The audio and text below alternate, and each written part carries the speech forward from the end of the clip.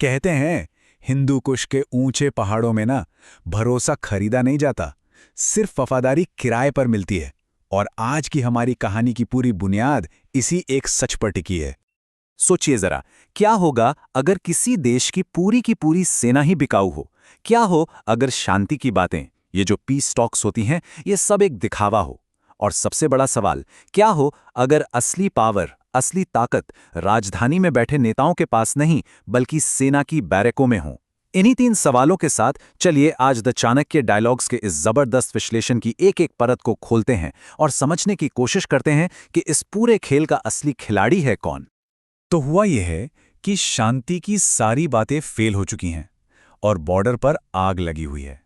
हालात इतने तनावपूर्ण हैं कि दोनों तरफ से एक दूसरे पर इल्जाम लगाए जा रहे हैं कि भाई हिंसा तुमने शुरू की। पर सच क्या है? इस टकराव की सबसे भारी, सबसे दिल दहलाने वाली कीमत कौन चुका रहा है? आम लोग। जब बड़े बड़े लोग बातचीत की मेज पर समझौते तोड़ते हैं ना, तो सरहद पर मासूमों की जानें जाती हैं। तो ऑफिशियली ये बातचीत टूटी क्यों? देखिए, पाकिस्तान का कहना है कि अफगानिस्तान तहरीके तालिबान पाकिस्तान यानी टीटीपी के आतंकियों को पनाह दे रहा है। और इसके जवाब में तालिबान क्या कहता है? वो साफ कहता है, टीटीपी तुम्हारा अंदरूनी मसला है, इसे खुद सुलझाओ। और बस यही वो एक पॉइंट है, वो बुनियादी असहमति जो किसी भी समझौते को होने ही नहीं देती। चलिए अब इस पूरी लड़ाई को समझने के लिए इसकी जड़ तक चलते हैं। ये कहानी असल में भरोसे और सौदे की है। एक तरफ है वो जो भरोसे पे काम करना चाहता है और दूसरी तरफ वो जिसे सिर्फ लेन देन से मतलब है। तालिबान ने पाकिस्तान पर बहुत ही गंभीर आरोप लगाए हैं। उनका साफ कहना है कि पाकिस्तान ने अफगान शरणार्थियों को एक हथियार की तरह इस्तेमाल किया। इकोनॉमिक ब्लॉकेड लगाकर, मतलब बॉर्डर बंद करके उन्हें सजा दी। और तो और तालिबान को कमजोर करने के लिए दाइश यानी आईसिस जैसे आतंकी गुटों को भी फंडिंग दी। और ये जो लाइन है ना, अफगान लेटते नहीं हैं, वे दूसरों को लिटा देते हैं, ये अफगानों के मिजाज को एकदम साफ दिखाती है। पाकिस्तान जिस घमंड के साथ एक मालिक वाले रवैये के साथ बात करने गया था, वो दांव उल्टा पड़ गया। उन्हें लगा कि अफगान उनके आगे झुक जाएंगे, लेकिन इतिफाक गवाह है, अफगान इतनी आसानी से हार नहीं मानते। ये जो अविश्वास है ना, ये कोई एक दिन में पैदा नहीं हुआ। जरा सोच कर देखिए, जिन तालिबानी नेताओं ने कभी पाकिस्तान पर भरोसा करके वहां पनाह ली थी, उन्हीं नेताओं को पाकिस्तान ने पकड़कर अमेरिकियों के हवाले कर दिया था। और आज वही नेता सत्ता में हैं और बातचीत की मेज पर बैठे हैं। आप ही बताइए, वो उस धोखे को कैसे भूल सकते हैं? चलिए अब आते हैं इस विश्लेषण के सबसे अहम हिस्से पर। वो तर्क जो कहता है कि पाकिस्तान की जो सरकार हमें दिखती है, वो तो बस एक मुखौटा है, असली ताकत तो कहीं और ही है। ये नंबर देखिए, $450 मिलियन, $450 मिलियन। ये वो रकम है जो अमेरिका ने पाकिस्तान को F-16 फाइटर जेट्स के रखरखाव, मतलब मेंटेनेंस के लिए दी। अब सवाल ये उठता है कि अमेरिका अचानक एक कंगाल हो चुके देश पर इतना मेहरबान कैसे हो गया? कुछ तो बात होगी। तो फिर असली सवाल यही है कि इतने पैसे के बदले में अमेरिका को आखिर मिलता क्या है?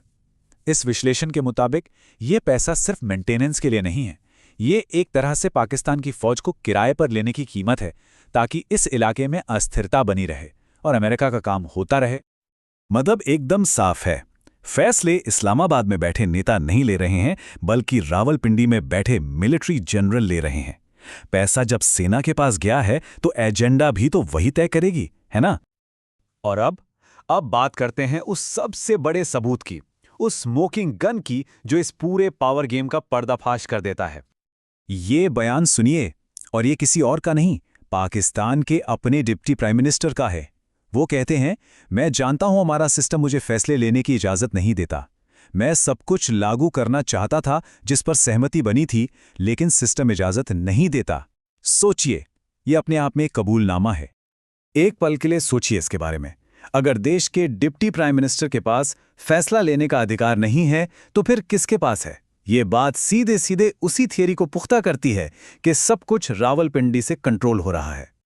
तो हुआ क्या? चलिए पूरा घटनाक्रम समझते हैं। पाकिस्तान ने अपने डिप्टी पीएम को काबुल भेजा, उन्होंने बातचीत की, एक समझौते पर पहुंचे भी, लेकिन फिर वो वापस इस्लामाबाद आकर कहते हैं कि मेरे पास तो इसे लागू करने की पावर ही नहीं है। तालिबान के लिए ये क्या था? ये सीधा सीधा धोखा था। इसने भरोसे की हर गुंजाइश को खत्म कर दिया। अब इस विश्लेषण को खत्म करते हैं, लेकिन किसी समरी के साथ नहीं, बल्कि एक बहुत ही मजबूत भविष्यवाणी के साथ जो स्रोत में की गई है। इस विश्लेषण का मानना है कि ये जो $450 मिलियन है ना, ये सिर्फ अफगानिस्तान के लिए नहीं है। ये एक तरह से एडवांस पेमेंट है किसी आने वाले टकराव के लिए। ये F-16 और ये पैसा असल में पाकिस्तान के ही एक और पड़ोसी के खिलाफ इस्तेमाल होने के लिए तैयार किया जा रहा है। और आखिर में ये शब्द, मेरे शब्द लिख लो, तुम्हारा देश ईरान को धोखा देगा। मेजर गौरव आर्या ने यह कहा है, इसे पत्थर पर तराश लो। इस चौंकाने वाली भविष्यवाणी के साथ यह विश्लेषण हमें सोचने पर मजबूर कर देता है कि इस जियोपॉलिटिकल शतरंज की बिसात पर अगला मोहरा कौन होगा और अगला धोखा किसे मिलेगा।